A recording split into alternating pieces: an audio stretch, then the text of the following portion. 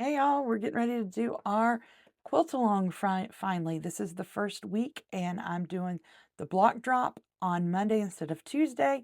Normally they will be on Tuesday, but the date was wrong on the promotional material, so I am dropping it today. We will normally quilt from Tuesday to Tuesday, and a new block or quote assignment, I hate that word, will be given on Tuesdays. So our first block, da, da, da, da, da, da, da, da. It is the first block in the book. It is the color wheel, and it's on page 5. You'll find it in the Wanderer's Wife pattern, and like I said, it is the first page. We will not go in order normally, but this is just what happened this time. I've added some tips at the end of this. I did have to make my block 2 times. It just didn't measure quite right the first time. I did learn a couple things that I'll share with you in the tips. And happy quilting. Let me know if you have any questions, and we'll go from here. Have a good one. Starch your fabrics however you like to starch them, and iron. Very important. Tip 2, if one of your fabric pieces that you're cutting from is a full width of fabric, go ahead and cut a 2.5-inch strip.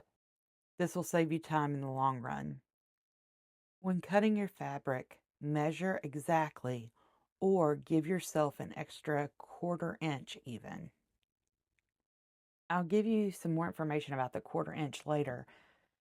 I ended up having to redo mine because I was short by millimeters at the end. Once you get it laid out, you can start sewing it together. Just follow the directions in the pattern. Make sure when you're pinning that you pin on a flat surface and not the way I'm doing here. This is one of the reasons I had to remake mine, is because I did not pin on a flat surface. I even picked the sucker up. That proved to be bad, bad, bad life choices right there. So make sure you pin it on a flat surface when you're pinning them together, but make sure you pin. And then I really found that using a stiletto, a really sharp tool, to get everything lined up and being able to get that little tail in there at the end helped me a lot. You are sewing on the bias, so there is some stretch that can happen, which is why it's important to pin on a flat surface as well. Also, sew really slow when you're doing this, just to keep that 1/4 inch seam all the way through. Uh, it was really important at the end that it was sewn with that 1/4 inch seam exactly. Once you get everything sewn together, make sure that you iron everything flat and that the seam goes towards the dark side of your fabric.